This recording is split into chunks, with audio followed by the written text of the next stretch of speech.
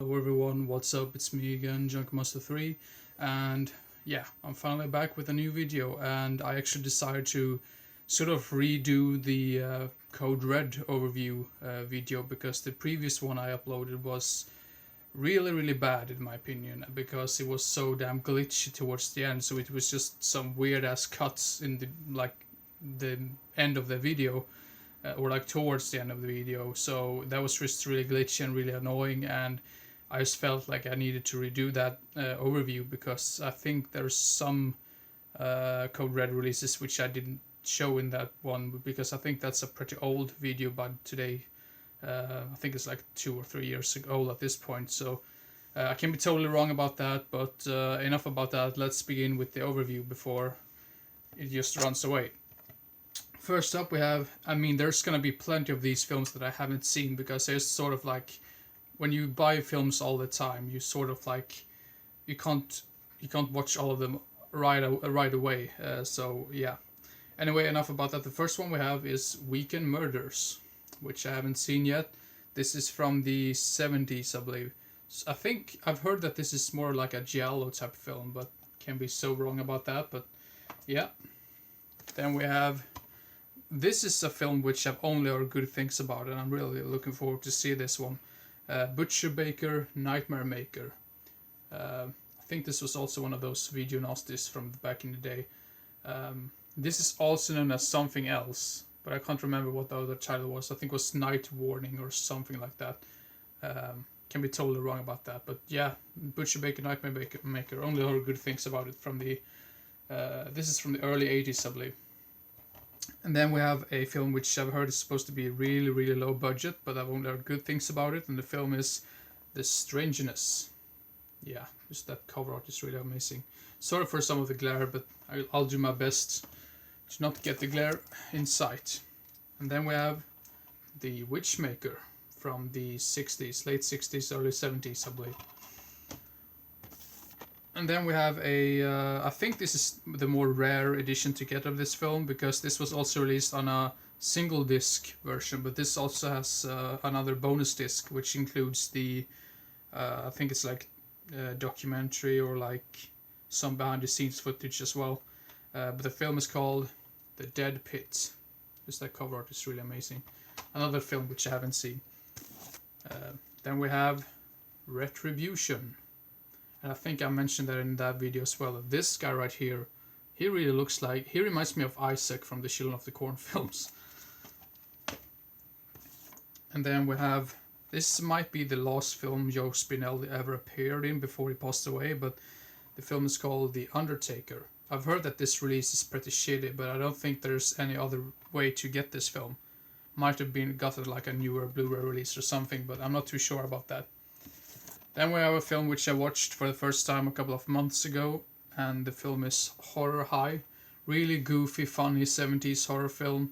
I had no idea this was like the predecessor to Return to Horror High, because I just thought someone was calling it Return to Horror High just to lure people in, but I actually watched Return to Horror High before I watched this one, and I think this is a much more entertaining film. Return to Horror High felt a little bit dull and boring from time to time, but this one is really goofy and funny.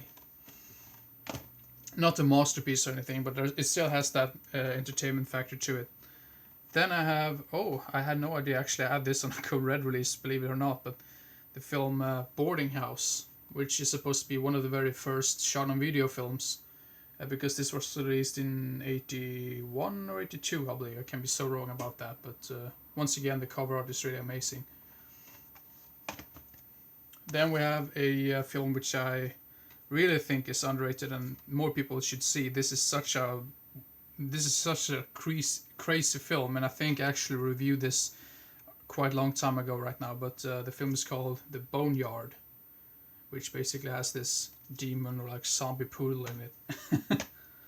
Well, let's see here. The next one is The Unseen, which I think I also have on. I think I also have a UK release of this film, but I think that might be cut in some way. Oh, sorry, it's just itching my eye for some reason. Then we have Beyond the Door, 70s horror film. And then the film which is supposed to be sort of like, I've heard that this is like an inspiration for the Final Destination films, but I'm not too sure because I haven't seen it myself yet. But the film is called Soul Survivor, and this is one of the most awesome cover arts I've seen. Just amazing in my opinion. So yeah, Soul Survivor. Then we'll continue on with a film called The Carrier, about some virus type thing. Might actually watch that eventually because of the whole corona crisis. Might get me in the mood for that film. Then we have Slaughterhouse Rock, late 80s. I think this is more like a monster film, I believe. So yeah. Then we have a film called The Visitor, which I think got a Blu-ray release quite recently from, I think that might have been Vinegar Syndrome or something. I'm not too sure actually, but this is The Visitor from the late 70s with Lance Henriksen in it. So yeah, The Visitor. Then we have a film by William Fruitt, who did Killer Party and what was that other film called? Funeral Home, I believe. A film called Trapped, some hillbilly horror type film, I believe. So yeah. And then we have a monster creature type film called Slithis. Or Slithis, I'm not really sure how to pronounce this. Slithis, yeah, Slithis, might be that. Once again, amazing cover art on that one.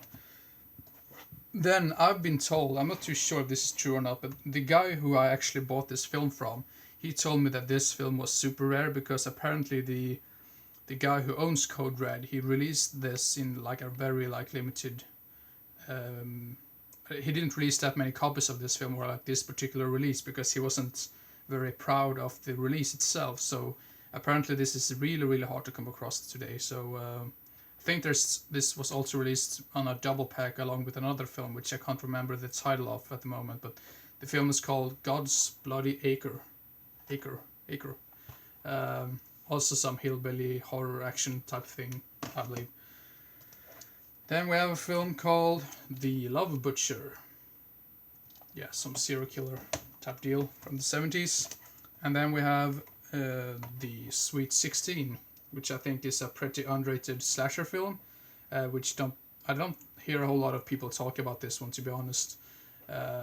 I think the overall film itself is really good, except for maybe the ending, which really didn't make a whole lot of sense in my opinion. They just tried too hard to make a big twist towards the end, but it was just, why? So yeah, Sweet 16. Then we have a killer baboon film called Shakma, which my good friend Cryptic Cinema did a review of quite recently. So if you like horror films like me, and if you like obscure type of things, and or just movies in general, go subscribe to the Cryptic Cinema. So it's sort of like a little shout out there. So yeah, the Shakma, this is all right. I wouldn't say it's a masterpiece or anything, but I mean it's good for what it is. I mean the baboon itself is really amazing, but just some of those hallway scenes are just so tedious to watch that it gets really boring after a while. But yeah, Shakma, still an entertaining film. Then we have the film called Nightmare, which is also known as Nightmare in a Damaged Brain, which I had in an old UK release before, but I believe that might have been cut in some way because I think it was part of the whole video nasties in the UK. So yeah, Nightmare, also known as Nightmare in a Damaged Brain. I remember this. I was a little bit disappointed in this the first time I watched this one, but then I rewatched it and I thought, okay, it's still a pretty sleazy and trashy type film. So yeah, pretty good. Then we have a film called The Dead Are Alive, with an amazing cover art in my opinion. Apparently directed by an Italian, so this might be a Giallo film, I'm not too sure. And then we have a film which I've only heard bad things about, but I think I'm eventually gonna watch this soon. So yeah, Mardi Gras Massacre. Yeah, also one of those that were part of the whole video nasties era. Then we have a film called Devil Times 5, which I think is known as something else as well.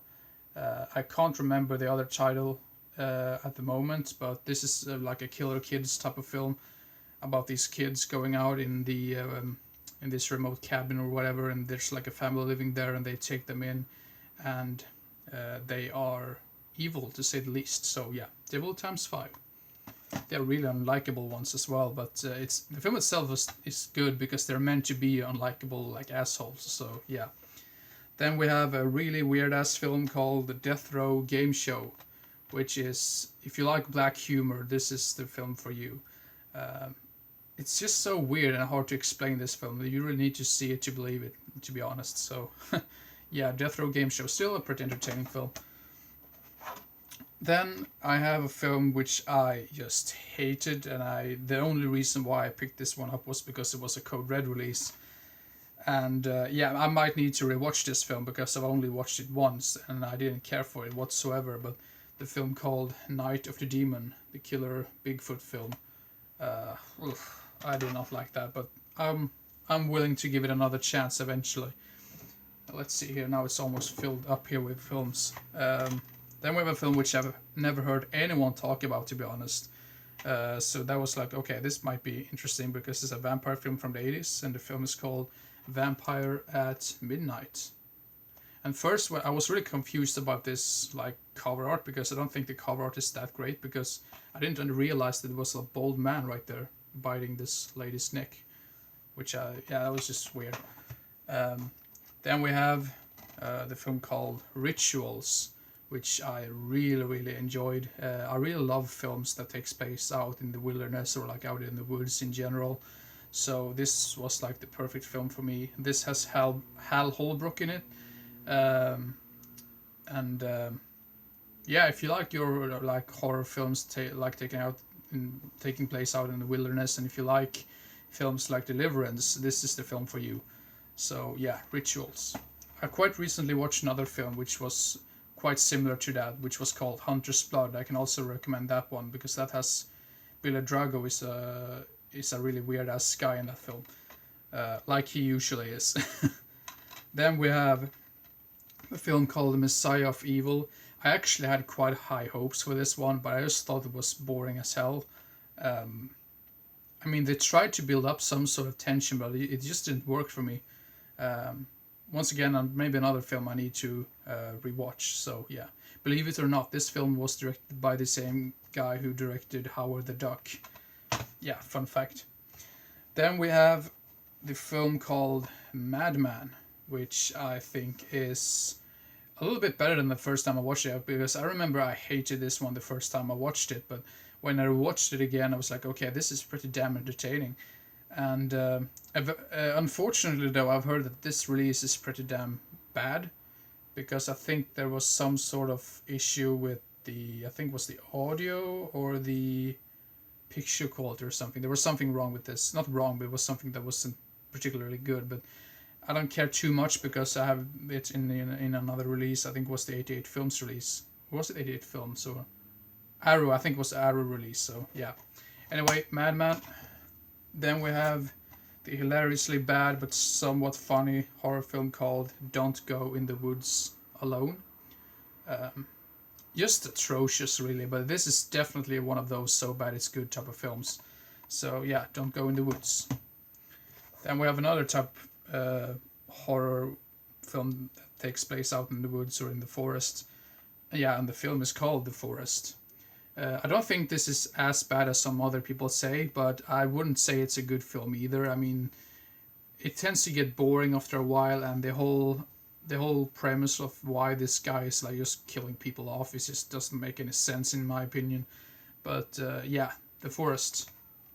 And even the guy who directed it himself, he said that this is not a slasher film, this is a drama film, but it feels more like a slasher to me, but yeah.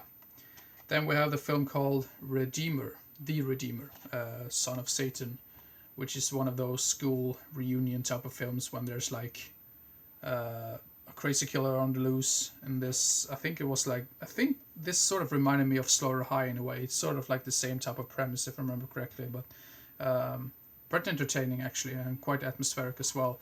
The only bad thing about it is that there isn't a whole lot of kills in it, or not that many interesting kills. The next one here is probably one of my least favorite films that Code Red has released. I mean, not saying that Code Red is bad or anything, but I just say that this film itself is so damn boring and annoying, and the film is Trick or Treats. I'm still gonna keep it in my collection because I think it isn't particularly easy to come across, but that's probably the only reason. Yeah, Trick or Treats. Oh, really annoying, and the kid actor in that is just awful. Then we have the film called Ghost Keeper. This is so atmospheric and creepy at times. Takes place out in this cabin, and it's like snowy. I think this is filmed in Canada, and yeah, really atmospheric. And I think this is really underrated. Not a masterpiece by any means, but still entertaining if you like your atmospheric horror films. So yeah, Ghost Keeper. This one is probably one of my favorite Code Red releases. I really love this film, and this is definitely. Was this directed by Umberto Lenzi, or was it? I think it might have been produced by Umberto Lenzi or something, but the film is called Primal Rage.